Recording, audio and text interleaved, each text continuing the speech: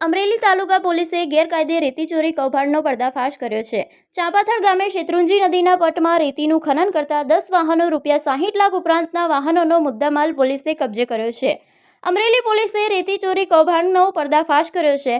મળતી માહિતી મુજબ અમરેલી ચાંપાથળ ગામે શેત્રુંજી નદીના પટમાં ગેરકાયદેસર રેતીનું ખનન ચાલી રહ્યું હતું, જે બાતમી અમરેલી તાલુકા પોલીસને મળી હતી। અમરેલી જિલ્લા એસપી સંજય ખારાતના સુપરવિઝન હેઠળ અમરેલી તાલુકા પીઆઈ ઓમદેવસિંહ જાડેજાએ ટીમ સાથે ચાંપાથળ ગામે શેત્રુંજી નદીના પટ વિસ્તારમાં દરોડા પાડ્યા હતા। દરોડા પાડતા પોલીસે મસમોટા ગેરકાયદેસર રેતી ખનન કરતા વાહનોને ઝડપી પાડવામાં સફળતા મળી હતી, જેમાં 6 ડમ્પર, 1 ટ્રેક્ટર, 2 જેસીબી, 1 લોડર સહિત 10 વાહનોને જપ્ત કરવામાં આવ્યા હતા। જપ્ત કરાયેલા વાહનોની ₹60 લાખ કરતાં વધુ મુદ્દામાલની કિંમત આંકવામાં આવી છે।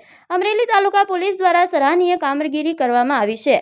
શેત્રુંજી નદીમાં ખુલ્લેઆમ રેતી ચોરીની ફરિયાદો હોવા છતાં પણ ખાણ ખનીજ વિભાગ નિષ્ક્રિય જોવા મળતું હતું અને ખાણ ખનીજ વિભાગની કામગીરી સામે સવાલો પણ ઉઠતા હતા। જો કે સમય સૂચકતાથી અમરેલી તાલુકા પોલીસે ચાંપાથળ શેત્રુંજી નદીના પટ વિસ્તારમાં દરોડા પાડી ગેરકાયદે રીતે ચોરી કૌભાંડનો પર્દાફાશ કર્યો હતો। Bureau report Damor વનરાજભાઈ, Amreli.